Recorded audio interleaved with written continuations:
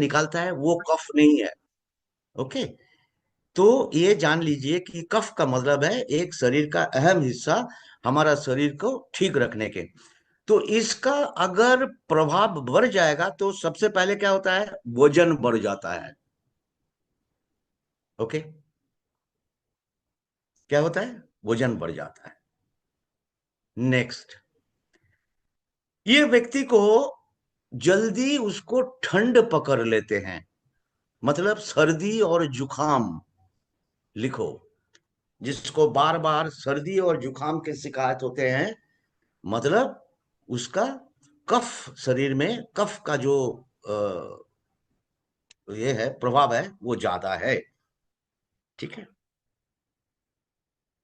ये ठंडा की प्रभाव मतलब जुकाम हो जाने में और एक चीज है कंजेशन। लिख लीजिए, मतलब सीने पे, सीने पे सर्दी जम जाना, कंजेशन, जिसमें आवाज आता है, हाँ हाँ, ऐसी आवाज जो निकालते हैं ना। मेरा तो लंग क्लियर है इसीलिए आवाज नहीं निकालते हैं, पर लोग ऐसे करेगा तो जैसे हाँफने का समय आवाज आते हैं अंदर से। ठीक है। डायबिटीज, थायराइड और हाई बीपी, ये तीन बीमारी कफ भरने से होता है। लिख लीजिए।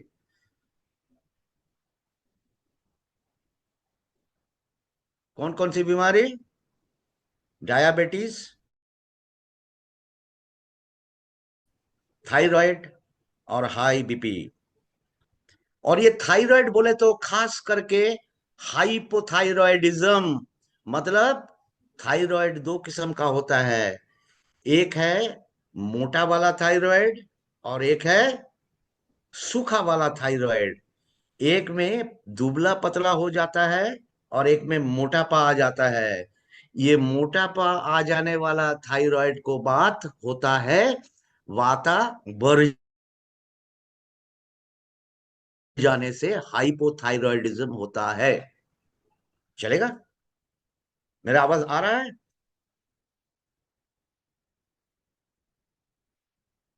हेलो। अरे सबको म्यूट मत कर यार, किसी को खोल के रखो।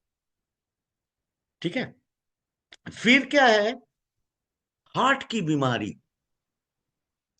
हार्ट की बीमारी बहुत किस्म का होता है। वाता के लिए भी हार्ट की बीमारी होते हैं, कॉफ के लिए भी हार्ट की बीमारी होते हैं। ठीक है। गौर से सुनिए, बहुत इंटरेस्टिंग है। दिल की धड़कन जब ज्यादा चलता है या धीमा चलता है, ब्रैडिकार्डिया और ट्रैकिकार्डिया जिसको कहते हैं, धीमा चलना होता है ब्रैडिकार्डिया, और धक धक धक धक धक धक करता है ट्रैकिकार्डिया, ये वाता के लिए होता है। पर कंजेस्टिव हार्ट फेलियर मतलब हमारी हार्ट में जो चार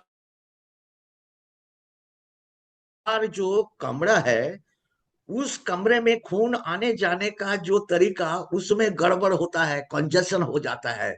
जैसे शहर में गाड़ियां रास्ते में ज्यादा होता है तो गाड़ी आगे नहीं जा पाते हैं, कंजेस्टेड हो जाता है। यहीं पे भी हार्ट का बीमारी मतलब कंजेस्टिव हार्ट फेलियर की बात हो रहा है। खून हार्ट से सही से निकालते नहीं, या शरीर के अलग अलग अंगों से खून हार्ट पे फिर पहुंचता नहीं, उसको कंजेस्टिव हार्ट फेलियर कहते हैं। दिल की धड़कन की बात यहां नहीं हो रहा है। बहुत इंटरेस्टिंग चीज है। और अगर हार्ट में पंप करने की जो क्षमता, वो अगर गड़बड़ा जाते हैं तो क्या होगा, हमारी शरीर के दूर अंग में, जैसे पांव में पानी जमेगा, दबाएगा तो वहां एक ऐसी मार्क आ जाएगा, दबाने से वो दब दब के ही रह जाएगा। पिटिंग इडिमा कहते हैं। वो धीरे धीरे धीरे धीरे बढ़ेगा तो क्या होगा, वो हमारी शरीर की ऊपरी हिस्से में धीरे धीरे आता रहेगा, फिर किडनी का गड़बड़ कर देगा। समझ गए? फिर क्या होगा? पेट में पानी जमेगा।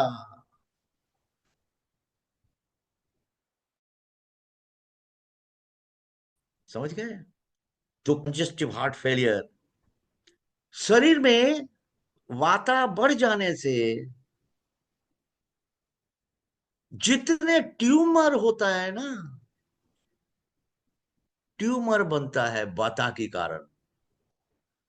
वाता की दोष बढ़ जाते हैं तो क्या होते हैं? शरीरे ट्यूमर है।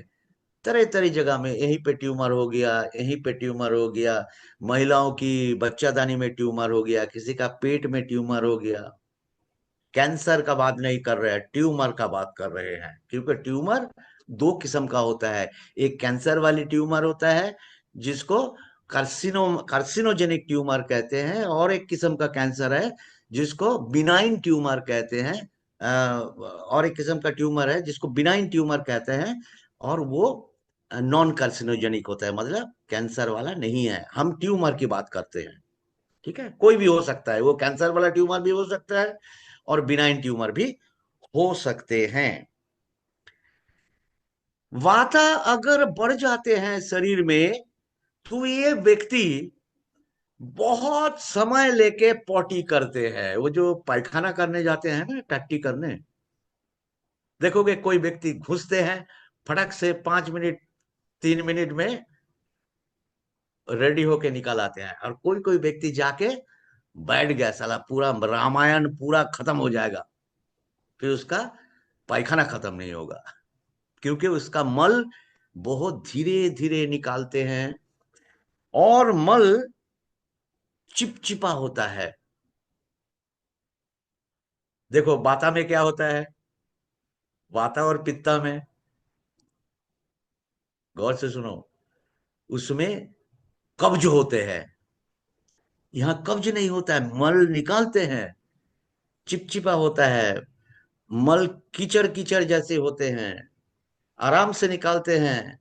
इन लोगों का कब्ज नहीं होते हैं, और इन लोगों का आपको क्या कहते हैं इसको, बवासीर नहीं होते हैं।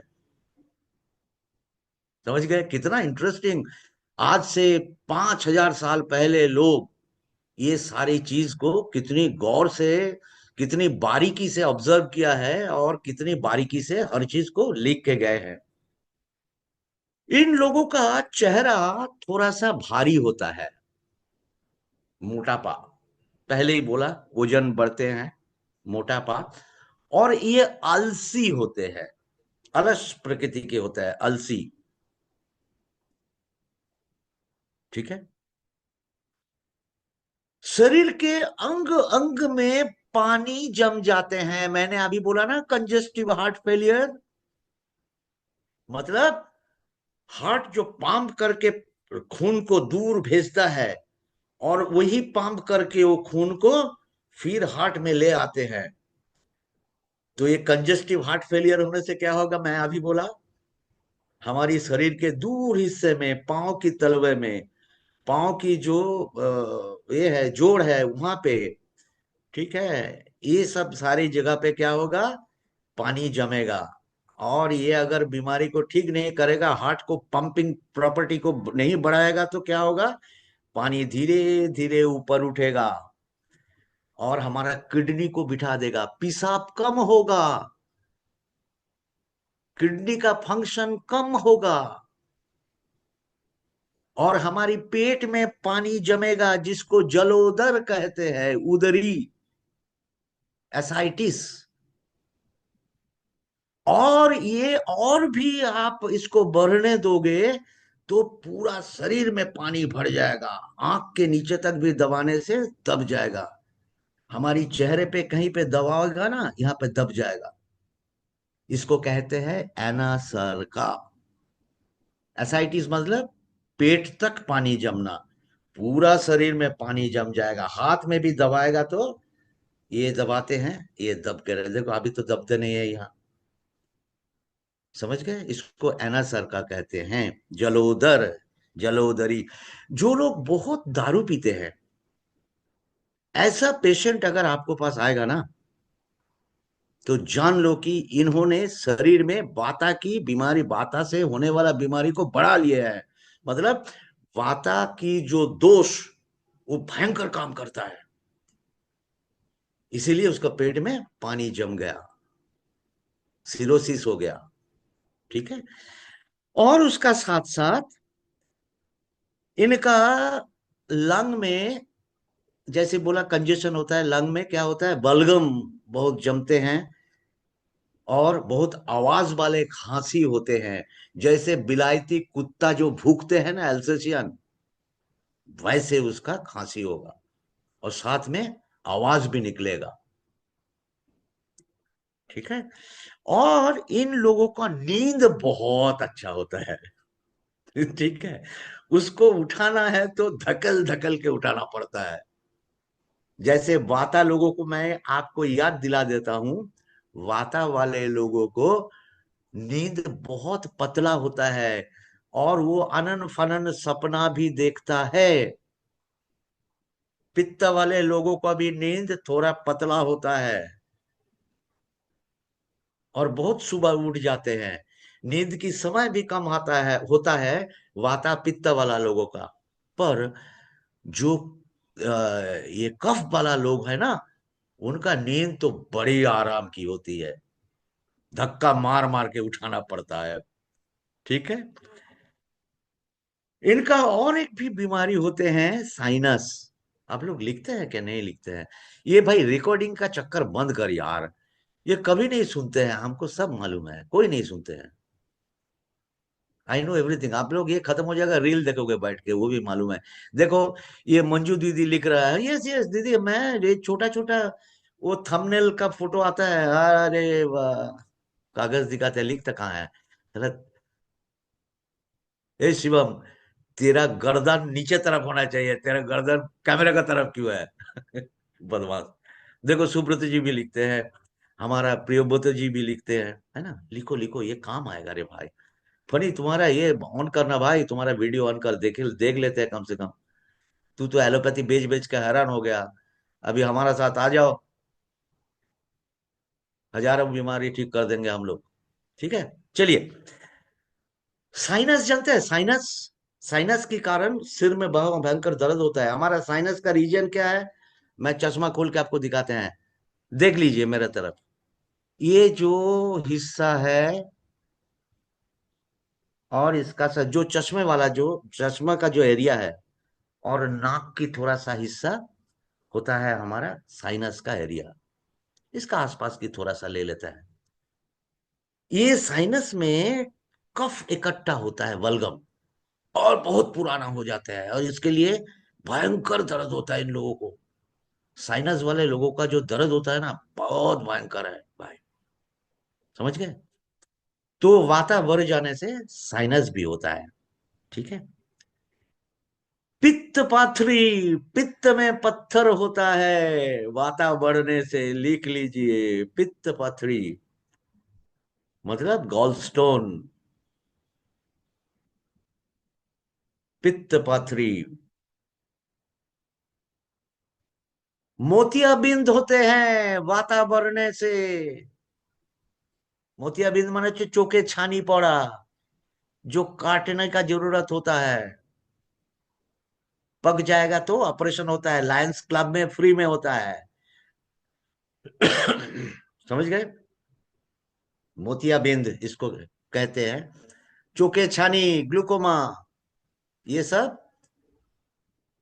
कफ बढ़ने से होता है।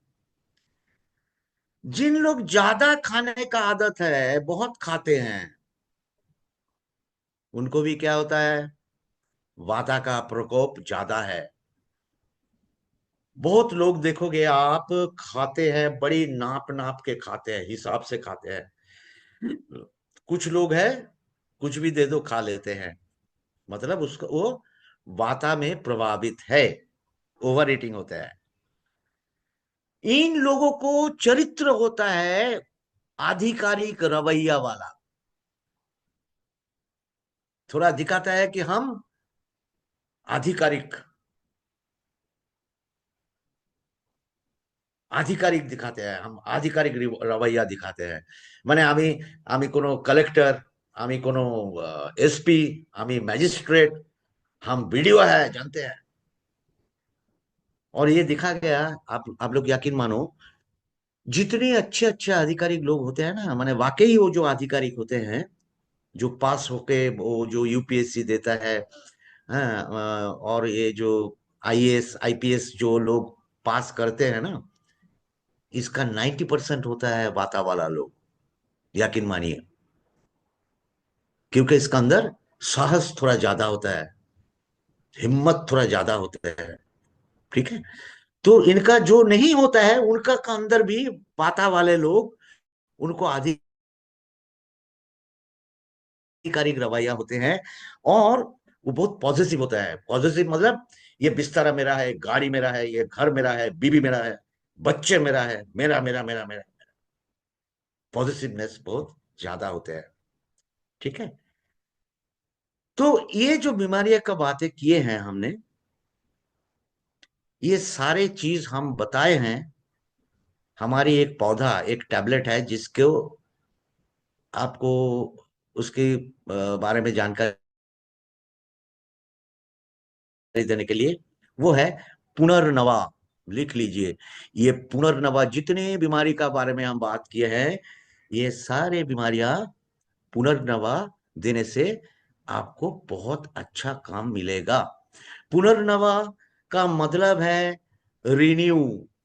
मतलब हमारा जैसी कोई क्लब की कार्ड होगा तो हमको रिन्यू कराना पड़ता है, जैसे हमारा ड्राइविंग लाइसेंस रिन्यू कराना पड़ता है। पुनर्नवीकरण, रिन्यू का मतलब पुनर्नवीकरण। ये पुनर्नवा भी ऐसा है, हमारी शरीर को नवीन करते हैं, रिन्यू करते हैं, renewal of the body system. समझ गए। और एक अहम जो इंडिकेशन का बारे में बताएंगे, लिख लीजिए, वो है हमारा ये जो प्रोस्टेटाइटिस। लिखो, BPH।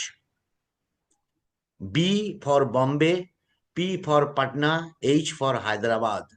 BPH। ब्रैकेट में हिंदी या अंग्रेजी में लिख लीजिए, बिनाइन प्रोस्टेटिक, बिनाइन बी ना ई न, प्रोस्टेटिक हाइपरप्लेशिया, माने बढ़ जाना, hyperplasia, hyperplasia, benign prostatic hyperplasia, BPH। ये पुरुषों की रोग है। ये जो बीमारी है ना, ये पुरुषों की बीमारी है। गौर से सुन लीजिए क्या होता है। ये क्यों पुरुषों की है? क्योंकि ये प्रोस्टेट बोल के जो हमारी शरीर में एक जो ग्रंथि है, एक ग्लैंड है, वो हमारी पेशाब की थैली जो होते हैं उसको साथ सटे हुए होते हैं। ये है प्रोस्टेट की थैली, और ये है हमारा पेशाब की थैली, ऐसे सटे हुए होते हैं, लगे हुए। समझ गए। और ये प्रोस्टेट का थैली का क्या काम है? पुरुषों की जो अंडकोश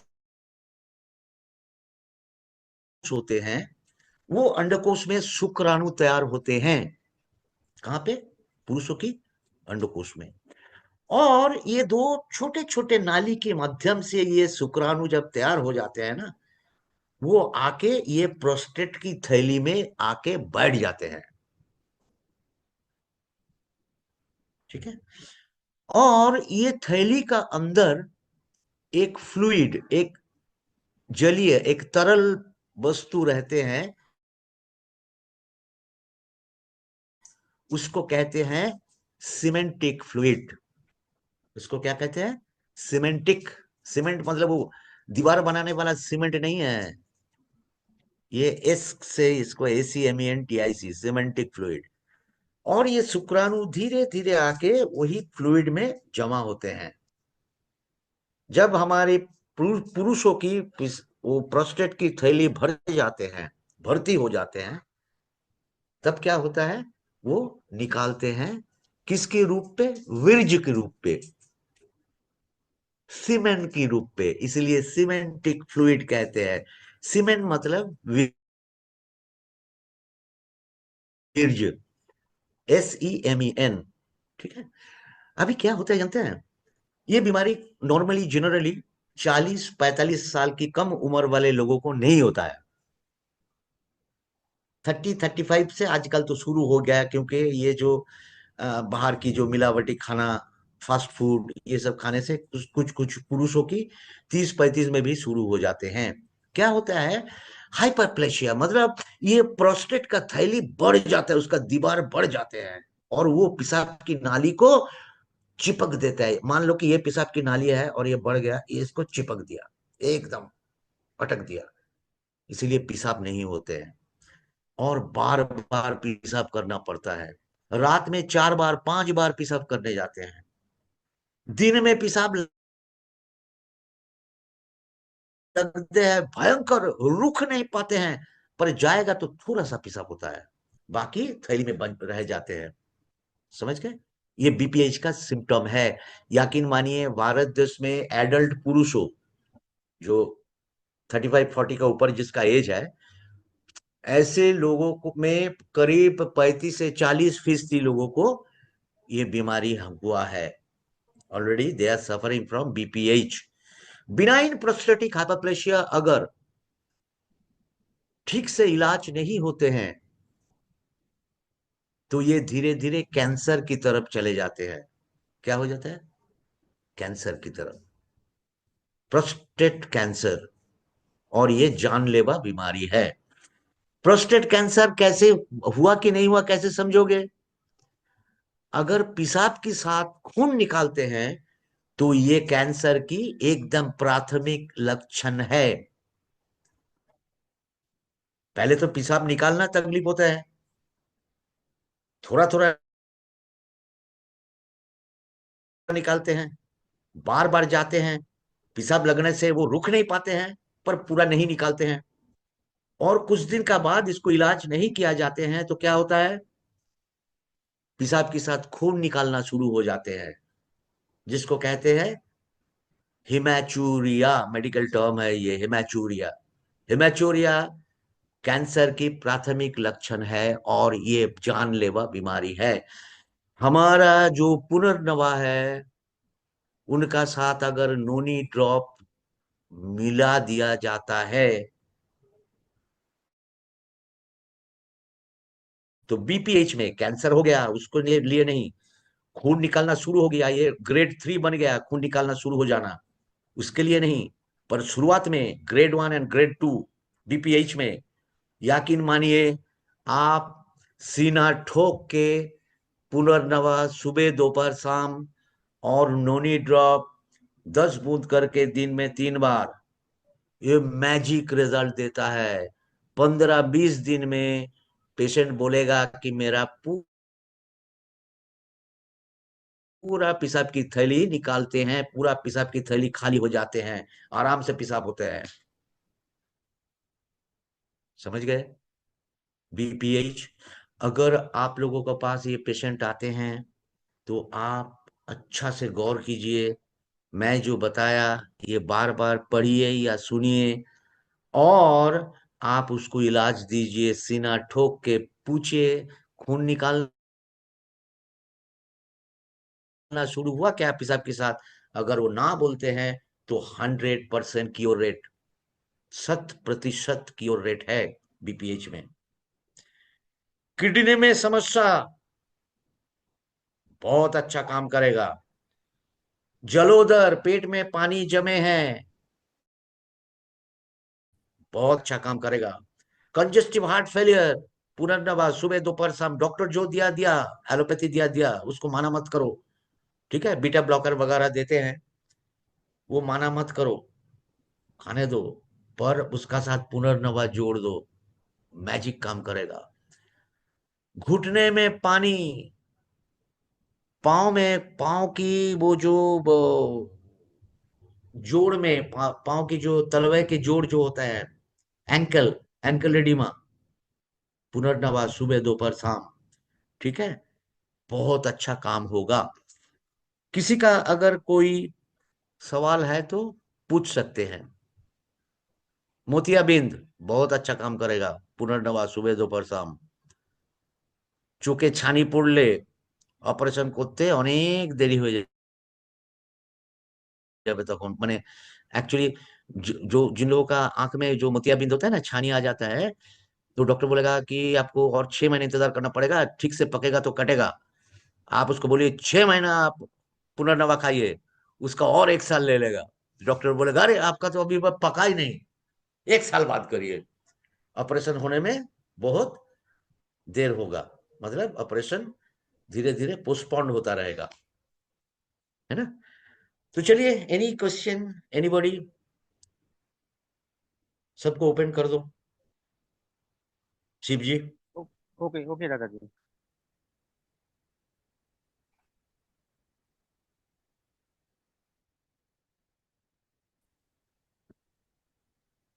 कोई सवाल? पुनर्नवा हमेशा एडजुवेंट किया जाता है। एडजुवेंट मतलब दूसरे का साथ कंबाइन करके दिया जाता है। जैसे किडनी में ब्लॉक होगा, किडनी से जो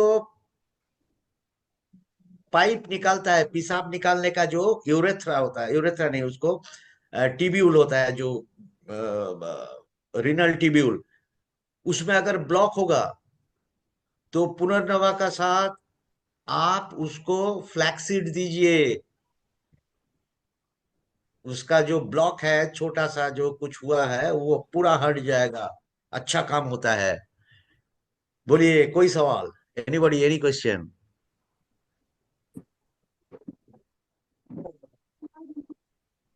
ও जो হ্যালো তাহলে মানুষ সেটা বুঝে যাবে যে ও হ্যালো हाँ, प्रियोदा बोलो। বলছি प्रियोदा जो बोलिए। वायु पित्त कफ का जो बोला है ना, हम्म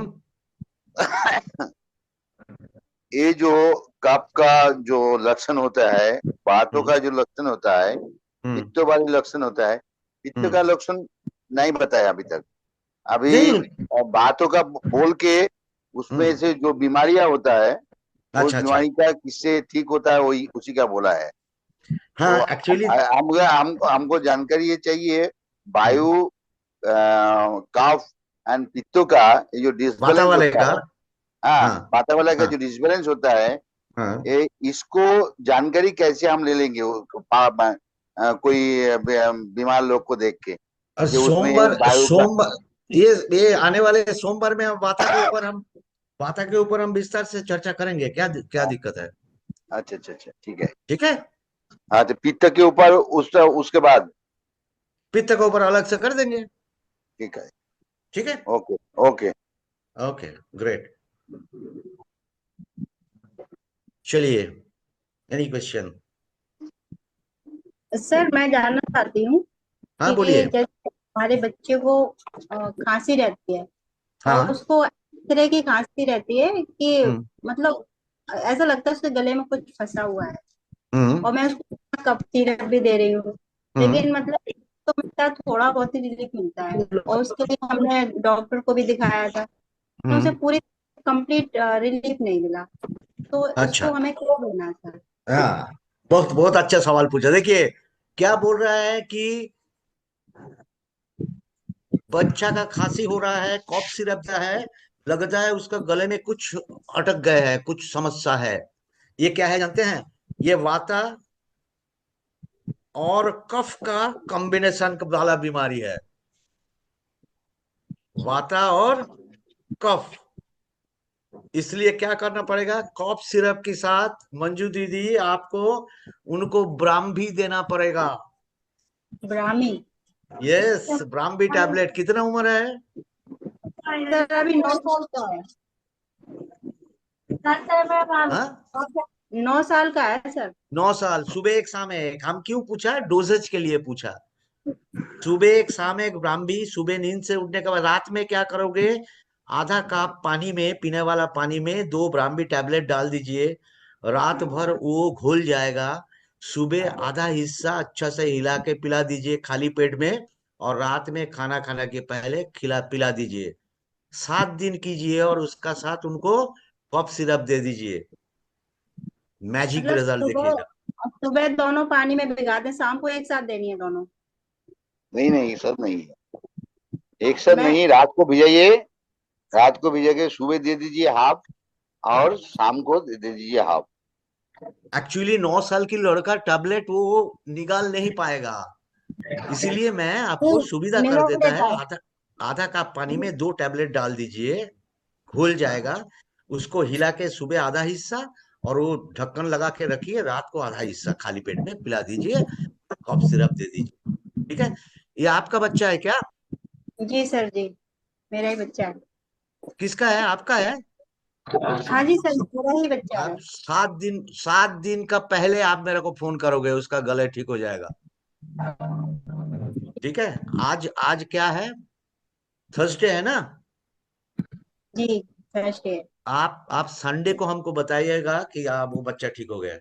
देख लेना, मेरा नंबर नहीं है तो किसी से मांग लो और मेरे को फोन पे बताओ। ओके? ठीक है सर। हाँ ओके। चलिए, फिर दादा, एनी क्वेश्चन? प्रो प्रोस्टेट में आप केवल पुनर्नवा से ही काम चलेगा, अदर कोई प्रोडक्ट देना पड़ेगा? नोनी नहीं ड्रॉप्स नहीं देने बोला। नहीं नहीं, नोनी 10 drops thrice a day, हाँ, and 10 बूथ Purnarnava करके 3 one बार। tablet morning हाँ and evening. एकदम, 10 बूथ करके 3 बार, और साथ में हमारा पुनर्नवा सुबह दोपहर शाम। प्रोस्टेट का पेशेंट बहुत मिलेगा आपको। बहुत बहुत पेशेंट है प्रोस्टेट का, बहुत।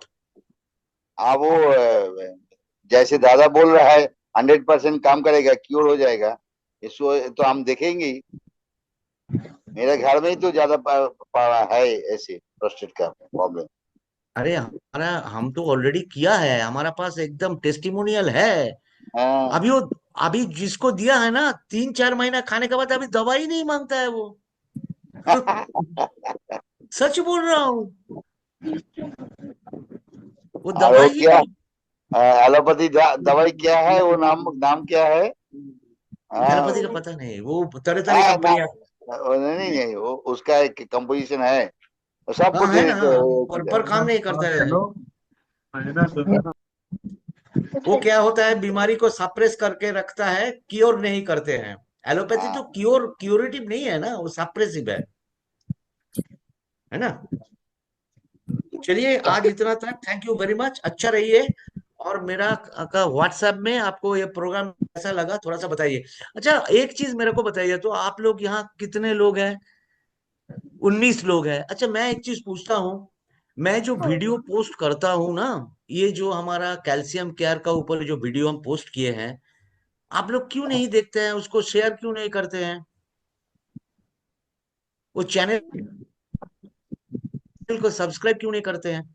हमारा कंपनी का प्रोडक्ट है, आप लोग सीखने का कोशिश भी नहीं करते हैं।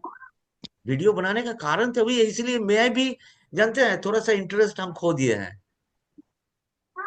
सच बोल रहा हूँ, मेरा यहाँ बहुत टाइम है, मैं बैठ के वीडियो बना सकता हूँ। ये जो मकान में जो हूँ ना मैं अभी, 2000 स्क्वायर फीट का, 13,000, 1800 स्क्वायर फीट का, मैंने किया सब्सक्राइब दादाजी। मेरे पास बहुत जगह है बैठ के बनाने का। हेलो। पर लोगों का पास से कोई फीडबैक नहीं मिलता है मेरे को। अरे मैंने किया यार, सब्सक्राइब किया आपका चैनल। अरे आप किया है, सब लोग को, हम सबको बोल रहे हैं। जी जी, अच्छा। चलिए थैंक यू वेरी मच, अच्छा रहिए, सोमवार को फिर मिलते हैं। और थैंक सोमवार यू, हम थैंक यू दादा। जैसे पांजा सर की थैंक रिक्वेस्ट का यू, कारण थैंक हम लोग यू, थैंक